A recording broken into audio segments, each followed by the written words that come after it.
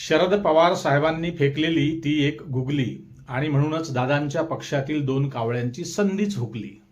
दादांचा अपघात, त्यानंतर अवघ्या तासाभरात पवारांचं ते स्टेटमेंट, नंतर सुनेत्रा पवारांचा लागलीच शपथविधी चौथ्या दिवशी, नंतर रोहित पवारांनी घेतलेला घातपाताचा संशय, जय पवारांचं ते वाक्य आणि पवारांच्या रुग्णालयात जाण्यापासूनचा जो काही प्रवास घडला महिनाभरात, जे जे घडलं त्या प्रत्येक कहाणीचा सूत्रधार कोण होता? ती कहाणी स्क्रिप्टेड होती का? मंडळी, राजकारणात दिसतं ते कधीच खरं नसतं आणि जे खरं असतं ते कधीच दिसत नसतं. हे वाक्य जर कुणाच्या आयुष्याला तंतोतंत जुळत असेल तर ते नाव आहे शरद पवार.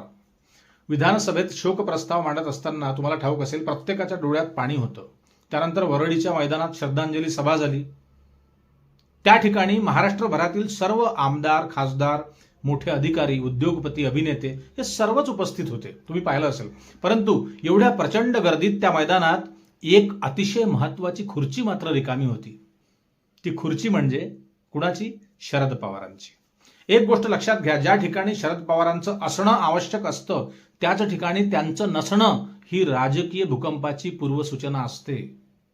सध्या पवार साहेबांची तब्येत ठीक नसल्यामुळे ते रुग्णालयात उपचार घेत आहेत, हे जगभरात ठाऊक आहे. परंतु तिथेही नेमकं त्यांच्या मनात काय सुरू आहे हे ब्रह्मदेवाला देखील सांगता येणार नाही. या दरम्यान त्यांची सर्वात मोठी खेळी ही 3 राजकीय पक्षांना घायाळ करणारी आहे, हे लक्षात घ्या. तुम्हाला ठाऊक आहे, अजित पवार गेल्यानंतर अनेक जणांना वाटलं असेल की आता राष्ट्रवादीचं अस्तित्व संपलं, पुतण्या गेला, काका थकला, रोहित बच्चा आहे, योगेंद्र काय तर कच्चा आहे. ही पण एक गोष्ट लिहून घ्या, ही सर्वांची अंधश्रद्धा आहे.